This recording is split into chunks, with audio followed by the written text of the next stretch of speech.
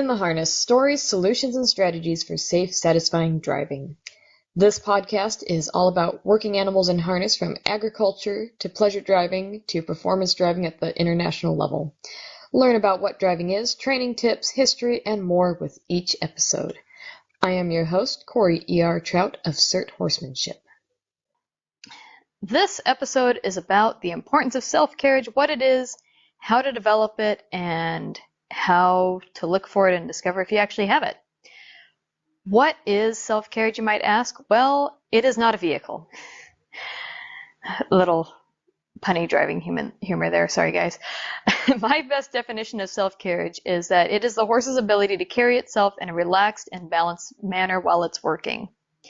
This term should be familiar to those with a ridden dressage background because it's something that is, or at least should be, encouraged in dressage. This concept should also pertain to your driving horses. We are going to discuss how to test for self-carriage, why it is important, and the different ways to help build it. If your horse is not in self-carriage, it means it is not in balance. And self-carriage isn't just about being in motion, as I stated in my above definition, but it's also about standing still. If your animal can't stand still and look left and right without moving its feet, it is not in self-carriage. Here's an exercise that I do when I first get my hands on an animal, whether I'm riding or driving it, to help evaluate their level of self-carriage. Usually I'll stand on the ground next to them, whether it's with a halter or with a bridle on, doesn't matter. I ask them to look left, and then ask them to look right. And if they can't look left or right without taking a step in that direction, then I know that is where my problems will start. It's not worth hooking up or climbing on if I can't get them to stand still and yield their nose left or right without their feet getting involved. I know there's people out there that train horses to step every time you touch the reins, and there's the opposite end of the spectrum that teaches them to, wrap their neck around and touch their nose to their shoulder or to your boot anytime you touch the reins. Obviously, the latter would be really disadvantageous if you're driving, because you have the shafts that would be in the way with a single animal. And, if you're working with a pair, you've got their companion that they'd be running their head into, or the pole. But anyways, what we want is a happy medium. We want to be able to ask our animal to flex left and to flex right without their feet being involved, because when you go to make a turn, you should prepare first by asking for the new bend. You don't want the horse just falling over when you pick up that line. And falling over doesn't necessarily mean, they're falling on the ground, but falling over as in falling into the direction that you've engaged your line on. Okay, let me say that again. And falling over doesn't mean falling on the ground, literally falling over, but falling over as in falling into the direction that you've engaged the line on. So when you pick up that left line, you don't want them just, taking a super quick turn to the left. You want to be able to regulate your turn and not have the horse do a complete 360 in the new direction with a simple touch of the line. So this all starts whether you're on the ground, in the vehicle, or on their back, and being able to ask the horse to look left and right without the feet moving. Once this simple step is established, we will eventually ask the feet to move, but the important thing is when we ask the horse to bend, it doesn't always mean turn. Sometimes we might ask for a left bend and want the horse to actually yield out to the right, and sometimes we ask for the left bend and we want that left turn. But we want to have the option of being able to go either direction with the same bend. So we want to be able to make, if we're making a turn, we want to be able to make a tighter or a wider turn with that same bend. If your horse isn't balanced enough to look left and not change the line of travel, you're going to have a hard time doing precise turns. Whether it's in your dressage test, on a cones course, or even running through the marathon hazards, if you pick up the line and your horse falls directly in that direction as soon as you touch it, you're going to have problems with making correct turns and getting your horse and vehicle where you want them so you don't hit things. Now, self-carriage also applies to your speed, of course. If you ask your animal to go and it gets faster and faster and faster, that is a problem. If you ask your animal to go and it starts out okay and then gets slower and slower and slower and putters out and dies, that is also a problem with self-carriage. With the speedy horse, they often get heavy on their forehand and pretty much end up quote unquote running downhill. If you've ever gone down a hill yourself and didn't try to stop yourself as you go, you'll notice that you get faster and faster as you go. Your animal can effectively do the same thing by having its balance point too far forward and rushing to catch up with it, essentially. There is also a way to be heavy on the forehand and get slower. So with this animal, they hold each step a little longer on the ground, and that causes them to become slower and slower as they go. If you think of how most animals are built, the front end is straighter and more pillar-like, while the hind end has angles and is more spring-like. Horses and other large herbivores carry much of their standing weight on the forehand.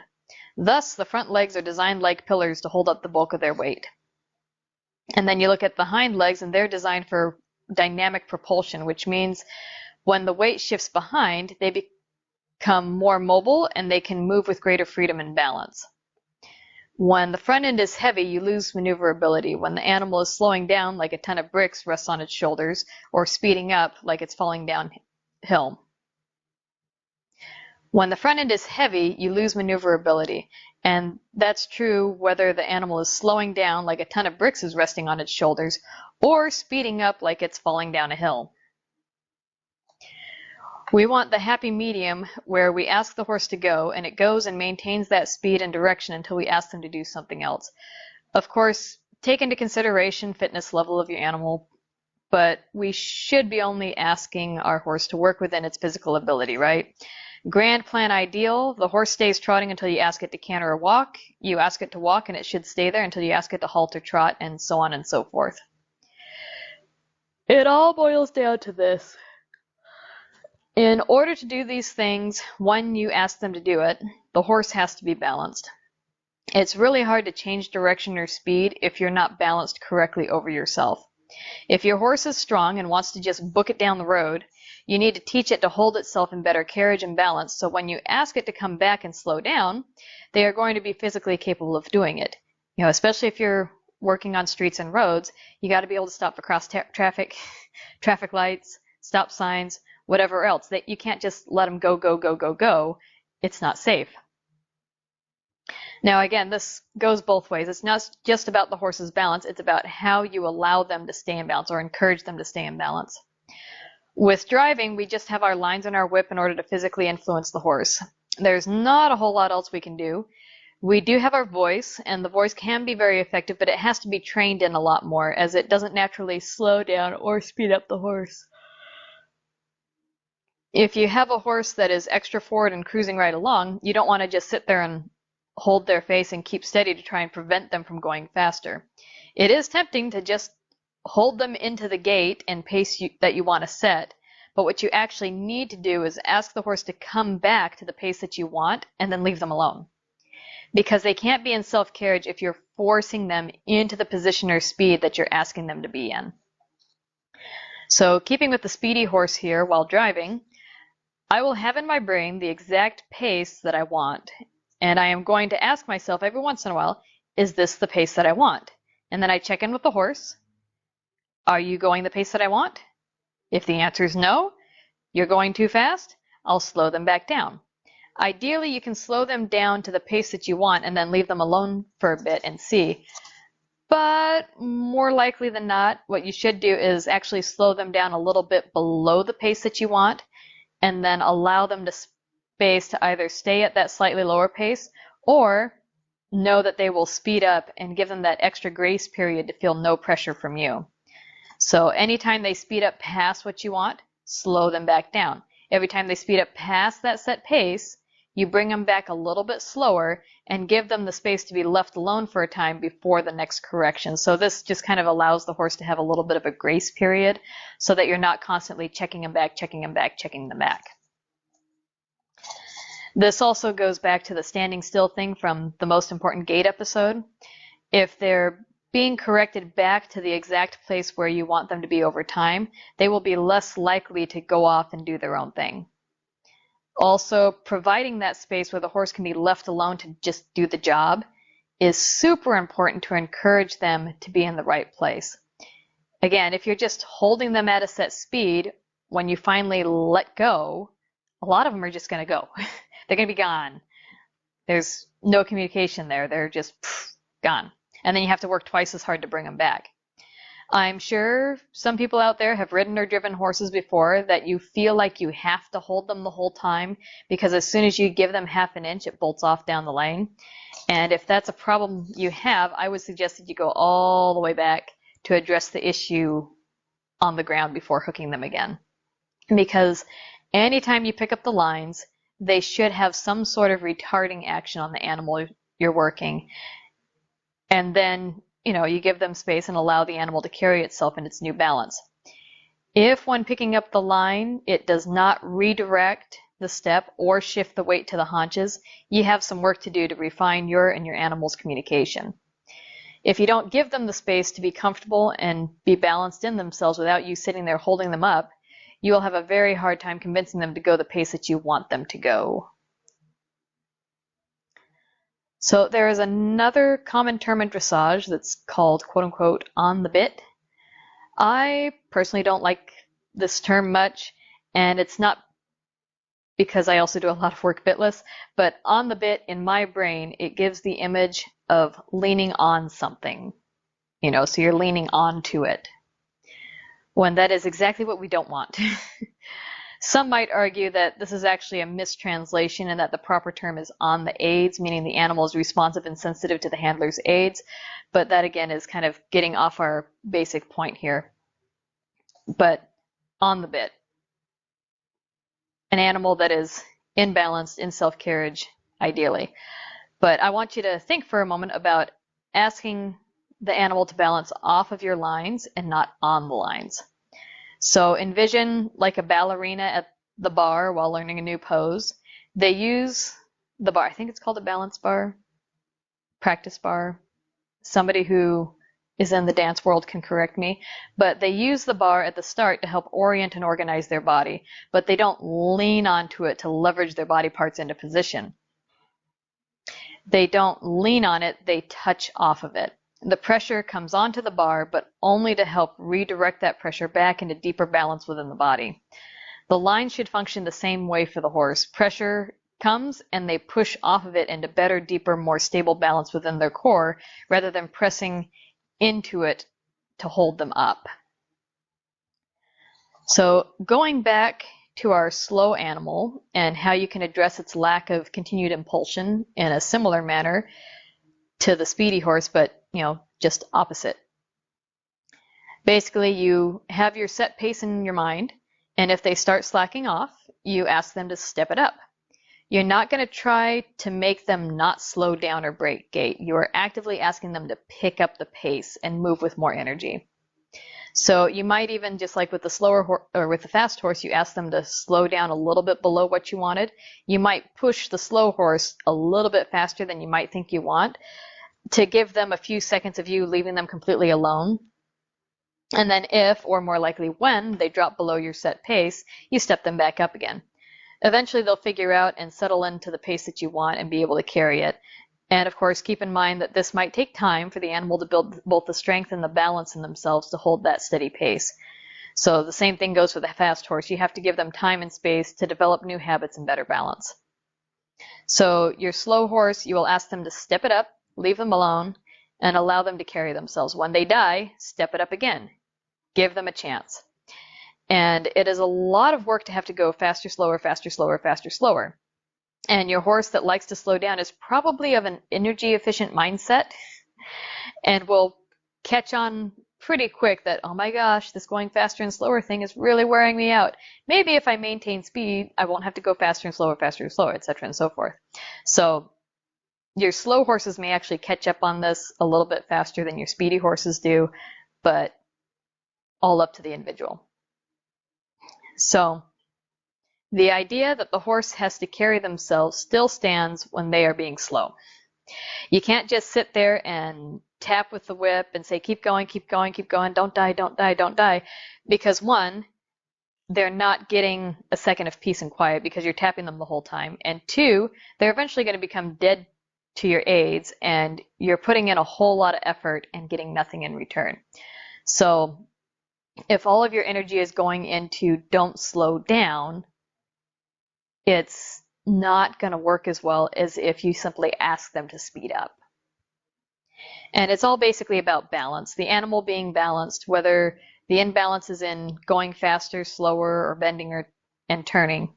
When a horse is balanced, it is better and easier to ask them to do something else.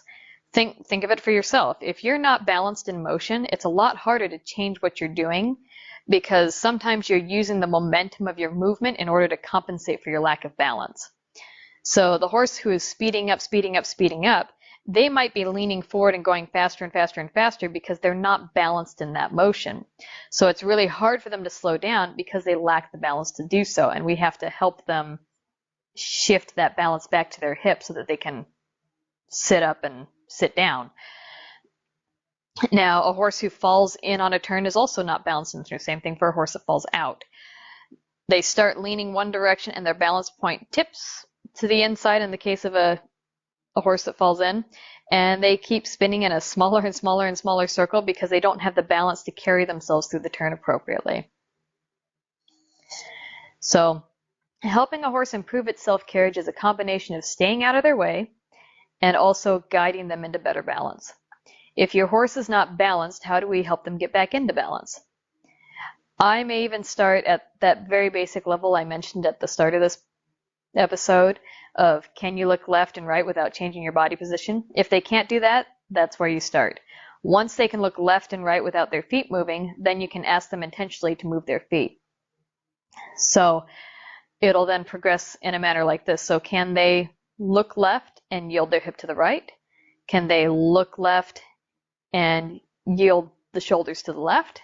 Can they look left and yield the shoulders to the right?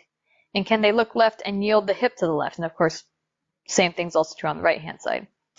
All these things that I just named off vary in level of difficulty, the easiest being yielding the haunches away from where they are looking, and the hardest is yielding the haunches towards where they are looking.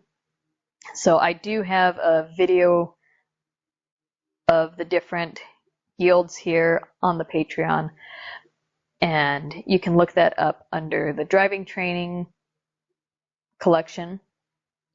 But back to the subject at hand.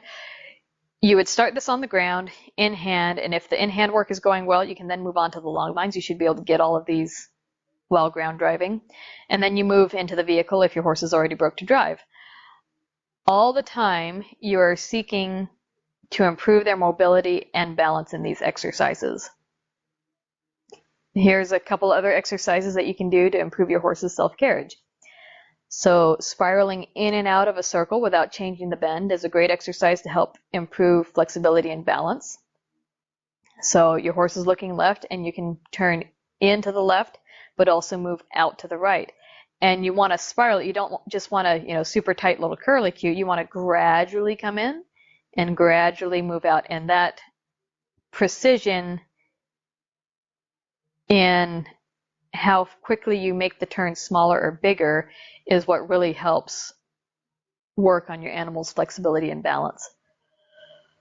So there's also the standard figure eights and serpentines. So figure eights are typically two circles that are roughly the same size, equal in both directions. Serpentine is, straight lines connected by half circles.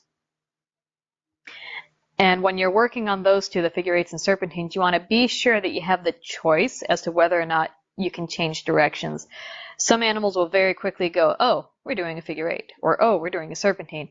And you come in to get ready to change directions and they start already going in the new direction. In that case, I would repeat the same circle or repeat the same loop on the serpentine to be sure that they're not anticipating. You want, when you hit that transition point where you would ask for your new bend, you want to have the choice. You should be able to go right and you should be able to go left, regardless of where you are in your figure. So you want to be sure that you're not sacrificing your figure for its purpose. So the other thing to consider is you want straight, balanced steps during your bend change. So if you're going from left to right, you want to have a couple of straight steps before going to the right, because if your horse is going left and then suddenly they throw themselves over to the right, you're not going to have as balanced and nice of a turn. Another exercise, this one's a little bit more advanced, is you basically have a big circle, in the case of driving, like a 40-meter circle, and then you do a 20-meter figure eight within that 40-meter circle, but instead of changing bend in the middle, you'd actually maintain the same bend. So you do your 20-meter circle or 40-meter circle right, do a 20-meter circle right, and then you're going to do a 20-meter circle left and maintain your right bend. And these are all things to kind of help play with and help your horse maintain better balance in its body. So another thing, and this one goes back to the speed thing, doing short transitions. So walk, trot, walk, trot, walk, trot, and without a lot of steps of each one in between. So with your speedy horse, you're going to do more short trot transition and longer walk transitions. So say you're walking along and then you do like 5 steps of trot and then you go back to like 20 steps of walk, 5 steps of trot, 20 steps of walk. And this teaches them to carry themselves because they know the transition is coming up, so they're going to prepare themselves for it. And if you never ask for the transition, hopefully they still keep their balance in anticipation that you're going to. And if you do ask, since they're already thinking about it and prepared, they're going to be ready to give you a better transition. So on your slow horse, you're going to do more trot time. So speedy horse, like 5 steps trot, 20 steps walk.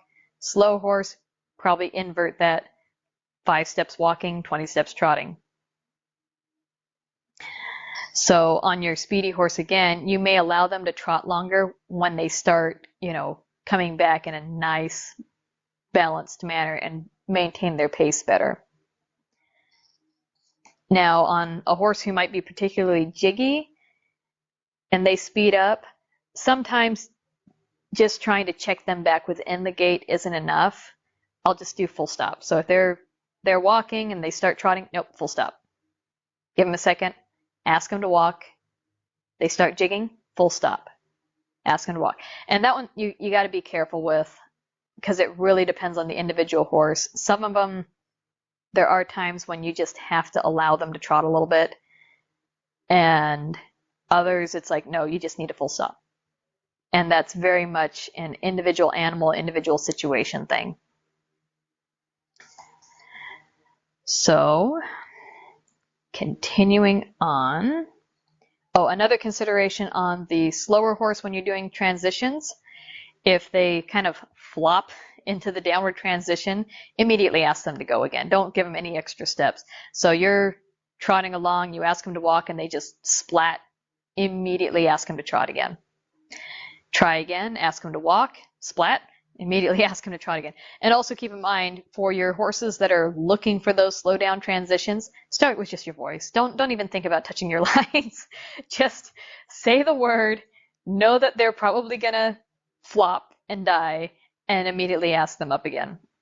Eventually they'll figure out, oh, if I carry myself through into the walk rather than just dying, I don't have to immediately trot. Also to keep in mind that it's harder to trot from a standstill than from a forward walk.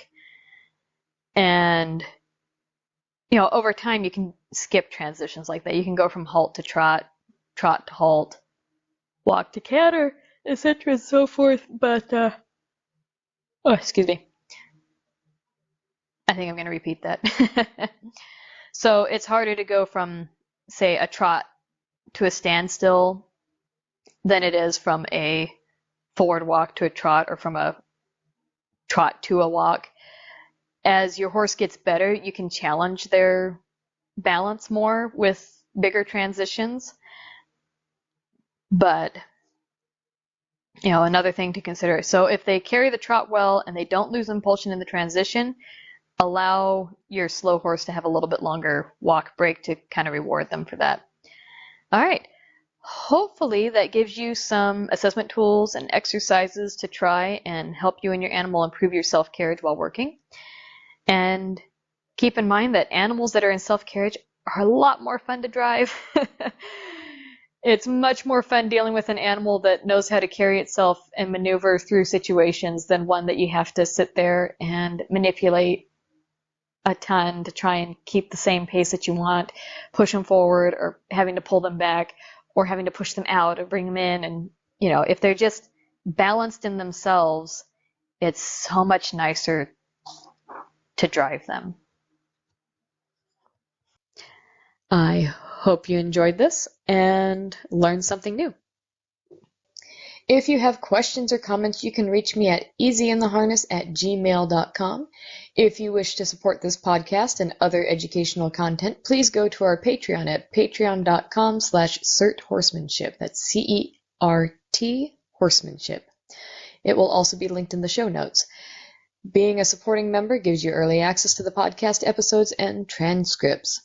Higher levels of support give you access to videos, diagrams, and more that I have to offer, covering subjects from harness fit and function, vehicle selection, maintenance, and training your horse to drive, as well as more. This episode was produced by Amara Saldate. And remember, you have freedom when you are easy in your harness.